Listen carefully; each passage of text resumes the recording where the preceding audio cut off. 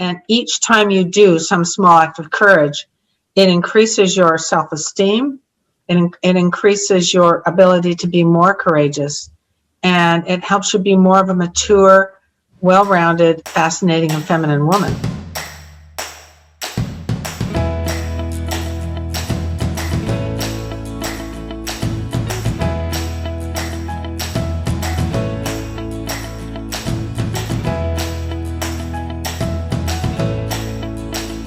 Hello everyone, welcome back to the Fascinating Womanhood channel, where we talk about everything that has to do with femininity and building strong, long-lasting, loving relationships. I am Cherry Lynn, and I am here with my mom, Dixie Endelin Forsyth. Hi.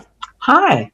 We are talking today about courage in women. We have a little bit of a series going on with character traits. We did a video on 10 character traits that you can improve upon as a woman, and it's featured in your book, Fascinating Womanhood for the Timeless Woman. We had some requests to go through each character trait individually in different videos. So we recently did self-restraint, which was one of the 10. And then today we're doing courage, which is part of the 10. So really excited to have this little series going on. So when you think of courage in women, what are the first things you think of?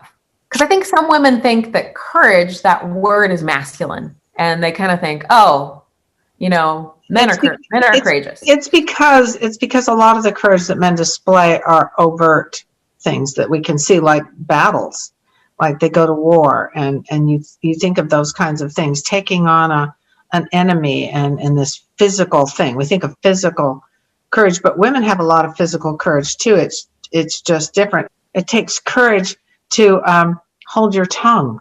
It takes courage to get up in the night with sick babies, night after night after night.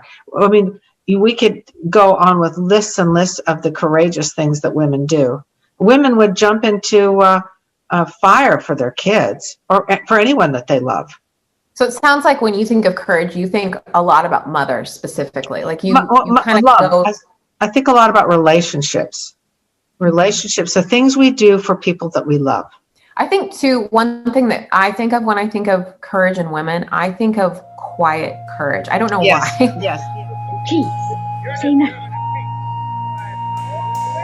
Especially the feminine courageous woman is quiet. And I think that there's something really amazing about that. And I really admire women that can do it. It kind of reminds me a little bit about the self-restraint video that we did. It's kind of similar. Doing what's right, even if you might get ridiculed, kicked off some media group or something, if you might get ridiculed. And nowadays we can go on the internet and be absolutely trashed for something you had no idea you'd get trashed for. One of the interesting things we looked up about courage comes from the Greek word. Do you know how to say that? Andrea. Courage comes from the Greek word Andrea. I can't say it right. I'm going to butcher it and everyone's going to laugh at me. It relates back to he-man and manliness. There's no definition in our English language for feminine power either. So that's okay. Right. When you look up courage, you get things like this, like the he-man and the manliness. And I think that's why we wanted to do this, is because it's important to talk about female courage. Oh yeah. Women can be so courageous. And so can men. So what about courage in men? I think of Bob going out every day, and it's just because he's a professional doesn't mean he's always treated with the utmost respect by everybody. He's not. I mean, He's had not very often, but he's had death threats by usually not patients, but a family member of a patient that will get mad at him for something. Like, say we're going through the side effects of a pandemic where there's a lot of loss of jobs. And some men who either have lost their job or they're in business for themselves and their business has suffered, how they handle that and keep going with courage and they don't give up is something that is an admirable thing to see. That they don't just say, well, I'm toast, I can't do this. Men that keep trying is a type of courage. I think traditionally when we think of men and courage, we think of Robin Hood kind of bravery thing. And I think, this is so much deeper than that, what we're talking about. We're talking about, like, I love how you bring up the whole men being courageous in the workplace. Like, I think men are incredibly courageous. I think women are too. And Cammy too. I guess I kind of just want to talk a little bit about why we're talking about this. Like, why is it important to talk about courage in men and in women? Why is that significant? Well, mainly because it's important for us to have courage ourselves, to be courageous in some of the same ways that men are. Like, there's that physical bravery, like we see when we watch war movies and we see these guys charge in there and you think, how could they do that? They're risking death. It's really important to talk about courage, especially when it comes to women, because it's part of you understanding your worth and your self-esteem. I think it's important to say that courage is not the lack of fear. It's doing something even though you're afraid. If you have no fear, it's not really courage. Now that we've discussed what courage means and the different types of examples with courage with women, we want to talk about 4 main common areas with courage that are really important for women to understand, and understanding your limitless worth in regards to courage. So there's bravery, which is the kind that most of us think of first. You've been brave so long, Miss Scarlett. You just got to go on being brave. But remember, like we just said, doing something scary, the absence of fear is not courageous. It's doing something in spite of fear. So with women are brave through being protective. Well, they're brave to have children. They're brave to start new jobs. They're brave to go and talk to somebody who's intimidating in order to help somebody else or even themselves. Physical courage, the first thing I think of is having babies. But yeah, it can be applying for a job that you're absolutely terrified of being rejected, doing it anyway. Speaking in front of people is also takes courage. A lot of people absolutely hate public speaking. The only thing worse is probably trying on swimsuits or getting a root canal job. Yeah. Wearing a swimsuit. Okay. The next one is leadership courage. Leadership courage is in being assertive, taking the risk of being embarrassed, being wrong, as you will be sometimes, following what you know to be right, even if it may make you unpopular. Yes. Leadership is a tough one, especially for the beta females out there. Like you mentioned earlier, you don't like that feeling of the buck stops with you. That's I don't like it. Some people like it. I don't like it. But all of us, when we're mothers, have to be leaders, whether we're beta or not, because we have to have the buck stop with us, with our children's behavior. Will we put up with them talking back to us? What will we put up with? And if you're not a mother, I think this is also a big one for your community and how you treat fellow women and how you helping your neighbors, being a leader, doing a drive, or participating in charity work. Like, all those things can still fall under leadership. Mm-hmm. And I think women are so good at that, even if they are a little bit more of a timid personality.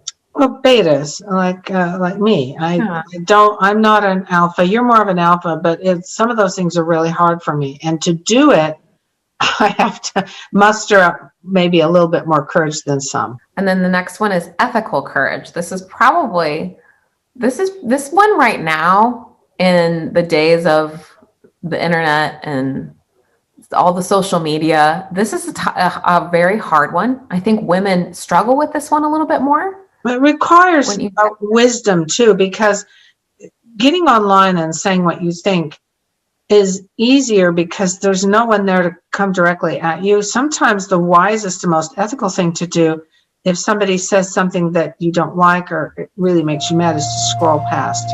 You are under the unfortunate delusion that simply because you run away from danger, you have no courage. You're confusing courage with wisdom. It does, because sometimes you think, oh, I just feel so strongly about this or that. But then you know what helps us? The relationship. It does me. I think, I don't want them to feel bad, and I can't properly talk to them. We can't properly have a discussion about this. I don't want to hurt my relationship, so I'm going to just move past it. It does take some courage, because there's that part of you that wants to, oh, I have something to say about that, and you don't. You deliberately don't. I think that goes back to what you were saying about love. The motivation behind all of these with women, but what we're so great at is the love behind it. And, when we talked about bravery and we talked about, protecting your kids, like that is all relates to love. And then we talk about leadership and charity work and being a mom, that all kind of relates to love. And that's where we really do this well. And with ethical courage, you putting the relationship first, even though you're maybe furious or someone says something that hurts your feelings, you don't fire back. You have the courage to say, I'm going to let this go because I don't want. But it could go the other way. It could go the other way. Right. It might require you to actually stand up and say something and do something. Not online so much, because that doesn't really work. But in your community, you might sometime feel like I have to stand up and stand for something in my community. If they're doing something you don't agree with, or some law that you don't agree, you might at times need to say, this isn't right, and stand for something. No, I agree. And I think there's a really, especially with feminine women, they're afraid to speak up because they're fearful that they will get into contention, and contentious conversations are not what they want to be a part of. I know, I feel the same way. Hate it. But like you said, I'm glad you pointed that out. Sometimes there are things that maybe you just want to choose your battles wisely. Battling online does not work, in my opinion. Battling online doesn't work. Oh, if I just wasn't a lady, what wouldn't I tell that varmint? Right. Yeah. And that's not courageous to really pick at somebody online or, say something cruel about their relationship. That's not courageous. In fact, it's the opposite. It's a place where you can go and no one's you can kind of drop it there and walk away and turn your computer and walk away. It's like a hurt bomb on the internet. And that's not courageous. Not really. That's why more people are mean online, because they can do it from the safety of their house and nobody's going to get in your face. It's more courageous to actually go down and get involved in town meetings and make your voice heard and things like that, where you actually are there and you stand for what you believe in. Or, if it really is on the internet, why not send that person a private message if you're really upset?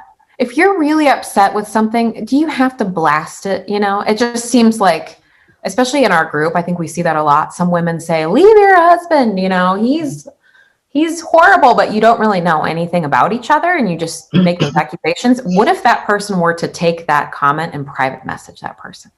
That would change everything. It could, but you got to be, and you have to be careful even then, because no one wins arguments. No, I'm not saying that's a good idea. I'm saying if you're going to do anything, it's obviously not a courageous thing to do, because you would never say that to them in a private message. So you obviously know that you're not being courageous by saying that. You think that you might be courageous. That's a good point. If you would not say it to their face if they were in your house, think twice about it, because you don't really change people's minds that way. Okay. And the last one is, I think this is the woman's best one, is intuitive courage. What's intuitive courage? It's like you're doing what's right. Spiritual beliefs, pursuit of happiness, managing our own emotions. Mm-hmm. Intuitive is probably more that you do internally rather than that everybody sees it. Can you give an example?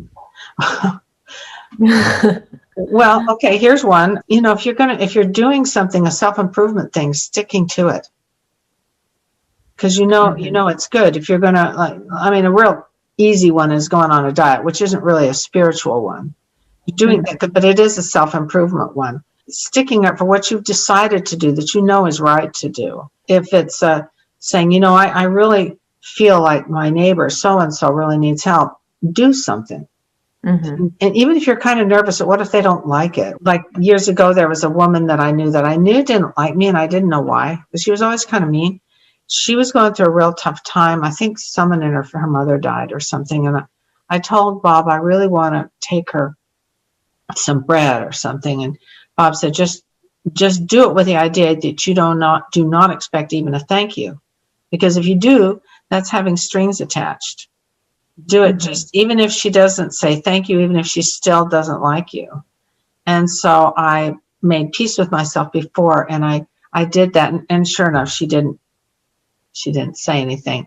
But I felt free to do it. But the feeling I had of going over there and delivering it did take courage, because it was scary. I could get rejected. I kind of did, but it's spiritual, doing what's right and knowing it and sticking to it. Like, it's not right to be dishonest about this or that, even though you could. A lot of those things, no one ever knows what you decide. Too, with intuitive courage, women have intuition as one of their biggest strengths. Yeah. So being in touch with that is really, it's something you have to practice. It takes so long. And I think being confident and courageous enough to say, well, I know that this is the right thing, or I know that I need to do this, but following your intuition is completely different than just don't take advantage. Yeah, it's not taking advantage of a situation, even though you could get away with it. Yeah, and that's a powerful one, and it is. My goodness, it takes so much courage to follow your intuition sometimes. I mean, when you think about walking down an alley that you don't feel good about, and when you think about what's right for your kids, what school to take them to, there's so much intuition going on as women, and us ignoring it can be kind of I don't want to say you're giving up, but it's not as courageous to ignore it, if that makes sense. There's 3 ways that we can strive for the best in working on courage in ourselves. Number 1, start small. Don't be hard on yourself. We often have to say this because we're often hard on ourselves. And each time you do some small act of courage, it increases your self-esteem. It increases your ability to be more courageous. And it helps you be more of a mature, well-rounded, fascinating, and feminine woman. Any small thing you do counts, and it's important. Number 2, remember your spiritual center. Whether you're religious or not, spirituality is really important, because it teaches us that there's something greater than ourselves for us to be accountable to and for, and find strength in faith. Faith is really important. You know, it takes faith to even, if you didn't have faith that when you got in your car you could go to the store, you would never go. So people think faith is something bigger and loftier than it can be. But sometimes it's very small things that we have faith in. And belief in higher power and God allows you to be to grow in character more, because we have an example of what is perfect and what's the best. And the third thing is set your priorities. As Goethe famously wrote, things which matter most should never be at the mercy of things which matter least. An example of that is, it isn't always it isn't always important. Sorry. Streaking grandkids. Consider whether in any situation, is it important for you to be right, to come out being right, and to win in an argument or a discussion. So that's where it comes into things which matter most should never be at the mercy of things which matter least. Like, your relationship is more important than whether you win a point of an argument. And that's also very relationship oriented. Sometimes you might have to find that you have to let go of being right for something greater. Mm-hmm. And it's okay to not always be to make your point. Okay, well, this has been a really great conversation. Thank you so much for all of your great advice. We're here every week, so don't forget to check back with us next time. We always have different videos, and if there's another character trait that you want us to highlight, drop a comment down below and let us know. I'm attaching some links to this video for all the places you can find us on social media, as well as all of Dixie's books and workbooks. We'll see you next time. Bye.